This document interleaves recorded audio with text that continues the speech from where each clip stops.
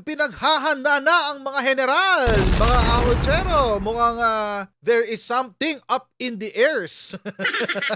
May something na ganap. PBBM sa AFP officials maging handa sa pagdepensa ng bansa.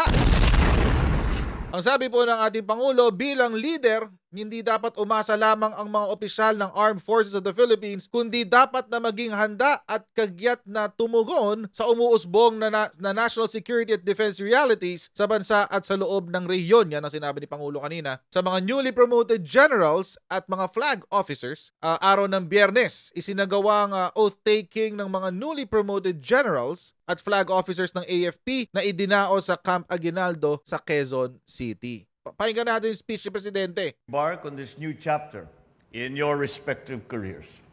As you now prepare yourselves for the myriad challenges that lie ahead,